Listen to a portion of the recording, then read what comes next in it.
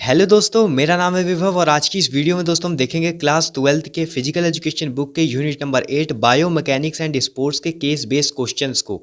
तो दोस्तों ये जो वीडियो है आपके लिए बहुत ज़्यादा हेल्पफुल वीडियो रहने वाली है, तो इस वीडियो को दोस्तों एंड तक देखिएगा जिसमें हम केस बेस्ड क्वेश्चंस को देखेंगे बायो मैकेनिक्स एंड स्पोर्ट्स के। और आपको ये भी पता चल जाएगा कि बायो मैकेनिक्स एंड स्पोर्ट्स के रिलेटेड केस बेस्ड क्वेश्चंस कैसे बन सकते हैं। तो वीडियो को एंड तक देखिएगा, बहुत इंपॉर्टेंट वीडियो है।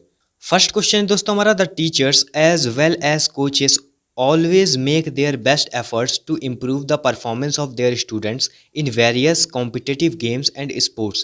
They can help to improve the performance of students if they have adequate knowledge of biomechanics.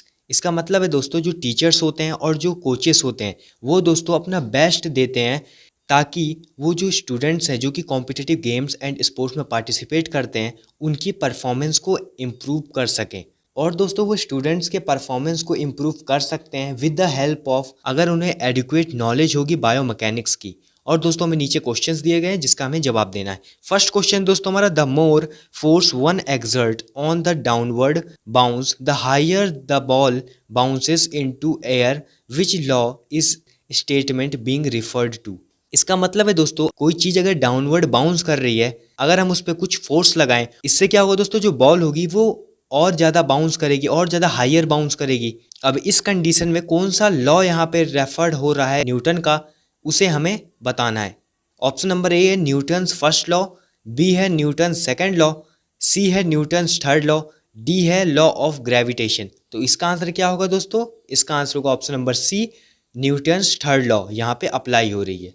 Second question दोस्तों हमारा, among the above given pictures Newton's third law is depicted in. जो दोस्तों हमें दोनों picture दे रखे हैं ऊपर जैसा कि आपको दिख रहा होगा, उसमें न्यूटन्स थर्ड लॉ कौन से पिक्चर में लग रहा है, A first, B second, C both, D none of these. तो इसका आंसर क्या होगा दोस्तों, इसका आंसर होगा ऑप्शन नंबर सी, बोथ। क्योंकि दोस्तों दोनों में आपको दिख रहा है, दोनों में बॉल है और दोनों में क्या हो रहे हैं, दोनों प्लेयर्स बॉल पे कुछ ना कुछ एक्सटर्नल फोर्स लगा रहे हैं। तो इससे क्या होगा दोस्तों, इससे यहाँ पे Newton's third law of motion apply होगा। तो इसलिए ऑप्शन नंबर सी इसका करेक्ट आंसर हो जाएगा। थर्ड क्वेश्चन दोस्तों हमारा, the acceleration of an object depends directly upon the net force acting upon the object and inversely upon the objects. तो इसमें दोस्तों हमें कुछ फिलिंग द ब्लैंक्स टाइप का पूछा गया है, जिसमें दोस्तों इसमें पूछ रहे हैं कि एक्सेलरेशन जो होता है वो डायरेक्टली प्रोपोर्शनल होता है नेट फोर्स के। तो इसमें यह पूछा गया है तो एक्सेलरेशन किसके इनवर्सली प्रोपोर्शनल होता है, ए वेट, बी मास, सी हाइट, डी डेंसिटी। तो इसका आंसर क्या होगा दोस्तों, इसका आंसर होगा ऑप्शन नंबर बी, मास। फोर्थ क्वेश्चन दोस्तों हमारा, the study of human body and various forces acting on it is. मतलब दोस्तों जो ह्यूमन बॉडी का स्टडी होता है और उनके ऊपर लगने वाले फोर्सेस की जो स्टडी होती है वो क्या होती है, A biology, B biomechanics, C physiology, D anatomy. तो इसका आंसर क्या होगा दोस्तों, इसका आंसर होगा option number B, biomechanics. Fifth question दोस्तों हमारा, a high jumper can jump higher off a solid surface because it opposes his or her body with as much force as he or she is able to generate, this example refer to. इसका मतलब है दोस्तों जो एक high jumper होता है वो दोस्तों आपने देखा होगा सॉलिड सरफेस पे काफ़ी ज़्यादा हाई जंप कर लेता है। वो ऐसा इसलिए कर पाता है क्योंकि वहाँ पे उसकी बॉडी में ज़्यादा से ज़्यादा फोर्स जनरेट हो रहा होता है। तो ये किस चीज़ का एग्जाम्पल है, A law of conservation, B law of inertia, C law of action and reaction, D law of gravity. तो इसका आंसर क्या होगा दोस्तों, इसका आंसर होगा option number C, law of action and reaction. Second question दोस्तों हमारा, Sohan a new student in the school was very much interested in taking part in the school's sports events. He was taught the latest rules and regulations of football game. In due course, he learned biomechanical aspects of the game including various movements. इसका मतलब है दोस्तों एक new student का admission हुआ है school में जिसका नाम है सोहन। वो दोस्तों काफ़ी ज़्यादा इंटरेस्टेड है स्कूल में स्पोर्ट्स इवेंट में पार्ट करने के लिए। तो दोस्तों उसने सारे रूल्स एंड रेगुलेशन सीख लिए हैं फुटबॉल गेम के लिए। और दोस्तों उसने काफ़ी सारे बायोमैकेनिकल एस्पेक्ट्स को भी गेम के रिलेटेड सीख लिया है, वेरियस मूवमेंट के रिलेटेड भी सीख लिया है। अब दोस्तों इसमें नीचे हमसे क्वेश्चन पूछे गए हैं जिसका हमें जवाब देना है और ऊपर दोस्तों आपको डायग्राम दिख रहा है उसको आप ध्यान रखिएगा। फर्स्ट क्वेश्चन दोस्तों हमारा, the type of movement in which the angle between joint decreases is called. मतलब दोस्तों वो कौन सा मूवमेंट है जिसमें जो जॉइंट के बीच में जो एंगल होता है वो डिक्रीज होता है, A flexion, B extension, C grinding, D sliding. तो इसका आंसर क्या होगा दोस्तों? इसका आंसर होगा ऑप्शन नंबर ए फ्लेक्शन। सेकंड क्वेश्चन दोस्तों हमारा, strengthening parts of a joint so that the angle increases. Joint का वो कौन सा पार्ट होता है जो कि स्ट्रेंथनिंग होता है, जिससे जो एंगल होता है वो इंक्रीज हो जाता है? A flexion, B extension, C abduction, D adduction. तो इसका आंसर क्या होगा दोस्तों? इसका आंसर होगा option number B extension. Third question दोस्तों हमारा, moving a part away from mid line is. मतलब दोस्तों अगर हम हमारी बॉडी के मिड लाइन में अपने किसी भी पार्ट को अपने से दूर करते हैं उसे क्या कहते हैं? A flexion, B extension, C abduction, D adduction. तो इसका आंसर क्या होगा दोस्तों? इसका आंसर होगा option number C abduction. Fourth question दोस्तों हमारा, moving a part towards the mid line is.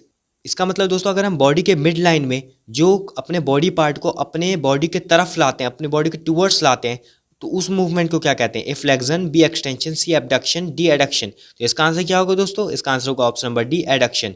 ये सब दोस्तों मैंने अपनी एमसीक्यू वाले वीडियो में भी आपको डिस्कस कर रखा है। अगर आपने नहीं देखा है तो उसका लिंक आपको डिस्क्रिप्शन बॉक्स में मिल जाएगा, तो जाके देख लीजिएगा। फिफ्थ क्वेश्चन दोस्तों हमारा, flexion and extension comes under dash movement. जो फ्लेक्शन होता है और जो एक्सटेंशन होता है वो किस चीज़ के अंदर में आता है? A gliding, B angular, C rotation, D circumduction. तो इसका आंसर क्या होगा दोस्तों? इसका आंसर होगा option number B angular. Third question दोस्तों हमारा, in biomechanics class Gopi the teacher brings the student to the physics lab of his school. The students get confused after the completion of the class they realise the fact. इसका मतलब है दोस्तों biomechanics की class में एक गोपी है जो कि टीचर है, जो कि अपने सभी स्टूडेंट्स को फिजिक्स लैब में ले जाता है, जहाँ पे दोस्तों जाते ही जो स्टूडेंट्स हैं वो कंफ्यूज हो जाते हैं और क्लास एंड होने के बाद दोस्तों इस क्लास का उन्हें फैक्ट पता चलता है। अब नीचे हमें क्वेश्चन दिए गए हैं जिसका हमें आंसर देना है। फर्स्ट क्वेश्चन दोस्तों हमारा, why does the teacher bring the students to physics lab for biomechanics class. मतलब दोस्तों जो टीचर था वो अपने स्टूडेंट्स को फिजिक्स लैब में बायोमैकेनिक्स क्लास में क्यों ले गया था? A it deals with physics principle, B sliding friction, C rolling friction, D static friction. तो इसका आंसर क्या होगा दोस्तों? इसका आंसर होगा option number A it deals with physics principle. इसलिए दोस्तों जो टीचर था वो अपने स्टूडेंट्स को बायोमैकेनिक्स की क्लास में ले गया था। सेकंड क्वेश्चन दोस्तों हमारा, बायोमैकेनिक्स इज एसोसिएटेड विद। जो बायोमैकेनिक्स है वो किस चीज से एसोसिएटेड है? A mechanics, B physics, C mechanic and physics, D mechanic and anatomy. तो इसका आंसर क्या होगा दोस्तों? इसका आंसर होगा option number D mechanic and anatomy से। थर्ड क्वेश्चन दोस्तों हमारा, friction can be increased by which of the following. जो फ्रिक्शन होता है वो दोस्तों इंक्रीज हो जाता है किस चीज की वजह से? A smooth surface, B dry surface, C decrease the weight, D all of these. तो इसका आंसर क्या होगा दोस्तों? इसका आंसर होगा option number B dry surface पे जो फ्रिक्शन होता है वो इंक्रीज हो जाता है। फोर्थ क्वेश्चन दोस्तों हमारा, during the physical education class Newton's law of motion were discussed and their practical application in sports event was explain to student. These laws are most relevant in sports as most of the actions in sports are related to these laws. On the basis of this information answer the following questions.